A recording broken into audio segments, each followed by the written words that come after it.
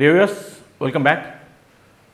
ఈరోజు మనం ఎపిసోడ్లో మనం గతంలో ఉన్న అలవాట్ల గురించి ఏ విధంగా చెప్పుతాం అనే విషయం మాట్లాడుకుంటాం. నేను గతంలో ఫుట్బాల్ ఆడేవాడిని, ఇప్పుడు క్రికెట్ ఆడుతున్నాను.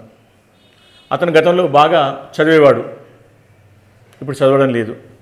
ఆమె గతంలో చాలా అందంగా ఉండేది, ఇప్పుడు అందాన్ని కోల్పోయింది అని గతంలో ఉన్న విషయాల గురించి చెప్పడానికి, అలవాట్ల గురించి చెప్పడానికి మనము ఎలా చెప్పాలో అనే విషయం గురించి ఈరోజు క్లాస్లో చెప్పుకోబోతున్నాం. సో గతంలో ఉన్న అలవాట్ల గురించి చెప్పడానికి, గతంలో ఉన్న విషయాల గురించి చెప్పడానికి మనము యూజ్డ్ టు ఉపయోగిస్తాం. Used to is used to indicate past habits. Okay, మనం ఈరోజు దాని గురించి మాట్లాడుకోబోతున్నాం. యూజ్డ్ టు అనేది ఒక వ్యక్తి గతంలో ఉన్న అలవాట్లు గురించి చెప్పడానికి మనం ఉపయోగిస్తాం. ఫర్ ఎగ్జాంపుల్, ఒక 50 ఏళ్ళ వ్యక్తిని మీరు కలిసి మాట్లాడాను అనుకోండి. అతను ఏం చెప్తాడు? తన గత అలవాటు చెప్తాడు. ఏమంటాడు? నేను గతంలో ఫుట్బాల్ ఆడేవాడిని, నేను గతంలో మా ఫ్రెండ్స్తో కలిసి రోజు సాయంత్రం సినిమాలకు వెళ్ళేవాడిని, నేను గతంలో రోజు 14 గంటలు పనిచేసేవాడిని అని చెప్తుంటారు. ఎప్పుడు ఇవన్నీ? అతను గతంలో యంగ్గా ఉన్నప్పుడు అతని అలవాట్లు ఏవైతున్నాయో వాటిని చెప్తాడు. I used to smoke 20 cigarettes a day, now I'm not smoking. I used to walk for 5 miles a day, now I am not able to walk. I used to fight with 10 persons, now I can't fight. ఇప్పుడు గతంలో తనకున్న అలవాట్లను చెప్పడానికి మనం ఏం చేస్తున్నాం? Used to ఉపయోగిస్తాం. దీని స్ట్రక్చర్ చాలా simple. Subject plus used to plus V1. Used to ఇది మనకు పాస్ట్ ఇండికేట్ చేస్తుంది, గతాన్ని సూచిస్తుంది. So used to is used to indicate past habits. గతంలో ఉన్న అలవాట్లను చెప్పడానికి, గతంలో ఉన్న విషయాల్ని చెప్పడానికి, గతంలో ఉన్న పరిస్థితులను చెప్పడానికి మనము యూజ్డ్ టు ఉపయోగిస్తాం. కపిల్ దేవ్ క్రికెట్ ఆడేవాడు. Kapil Dev used to play cricket, now is playing golf. Okay, I used to run 20 miles a day, now I'm just walking in my room. She used to be very thin, now she has become fat. ఆమె అప్పుడు చాలా సన్నంగా ఉండేది, ఇప్పుడు లావ్ అయిపోయింది. అంటే గతంలో ఉన్న ఒక విషయాన్ని గురించి, పరిస్థితుల గురించి కానీ లేదా అలవాట్ల గురించి చెప్పడానికి మనము యూజ్డ్ టు ఉపయోగిస్తుంటాం. Right? I hope you understand this. Let us see some examples. I used to play tennis. నేను గతంలో యంగ్గా ఉన్నప్పుడు నేను టెన్నిస్ ఆడేవాడిని అనుకుందాం. నా what I'm doing now I'm playing chess. నేను ఇప్పుడు ఇంట్లో కూర్చొని చెస్ ఆడుతున్నాను, ఎందుకంటే నేను ఇంతకుముందులాగా టెన్నిస్ ఆడలేను.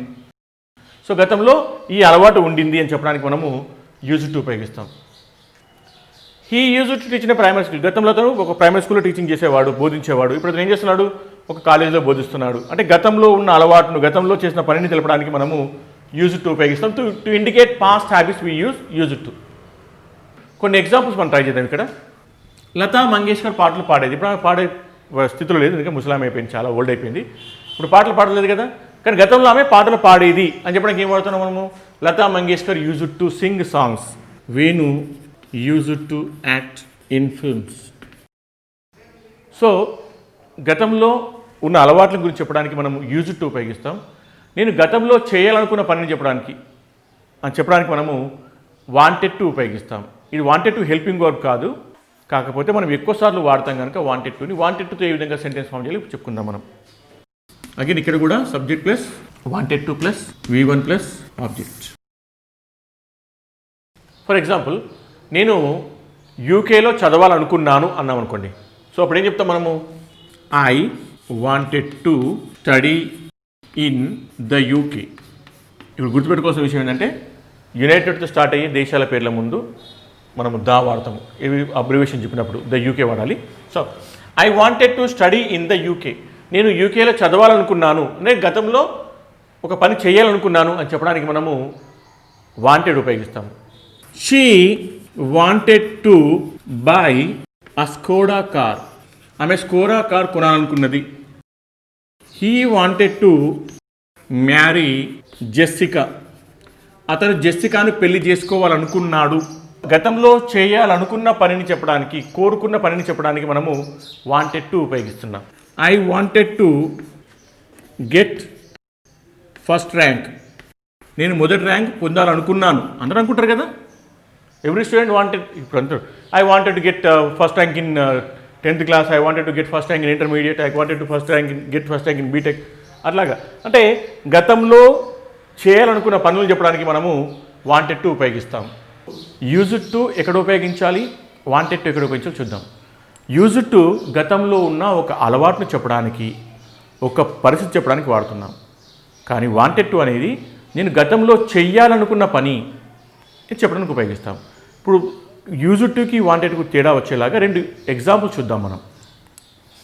ఇక్కడేమో యాక్షన్ జరిగింది, నేను గతంలో 10 కిలోమీటర్లు పరిగెత్తే వాడిని. సో అప్పుడు ఏమంటాం మనము, I used to run 10 kilometres in the past. లేదంటే I used to run 10 kilometres అన్న సరిపోతుంది. నేను గతంలో 10 కిలోమీటర్లు పరిగెత్తేవాడిని. ఇక్కడ పని జరిగేది, గతంలో ఒక అలవాటు ఉండేది, ఆ పని చేసేవాడిని చెప్పడానికి యూజ్డ్ టు ఉపయోగిస్తున్నాం.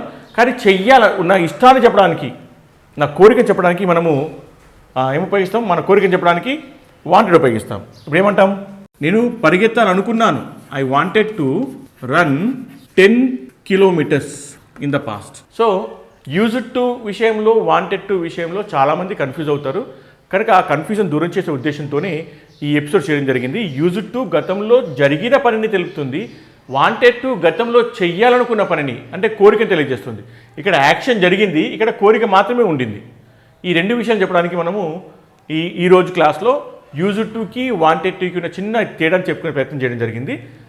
I hope you understand. ఇది మీకు ఇందులో కన్ఫ్యూజన్స్ ఉన్నా, లేకపోతే మీకు డౌట్స్ ఉన్నా కానీ మీరు కామెంట్ సెక్షన్లో కామెంట్ చేస్తే దాన్ని మేము మళ్ళీ ఎక్స్ప్లెయిన్ చేసే ప్రయత్నం చేయడం జరుగుతుంది. మీరు మరిన్ని స్పోకెన్ ఇంగ్లీష్ వీడియోస్ కోసమని, ఇంకా ఈజీగా తెలుగు వాళ్ళకి అర్థమయ్యేలాగా ఇంగ్లీష్ వీడియోస్ కోసమని ఈ ఛానల్ సబ్స్క్రైబ్ చేయండి. Thank you.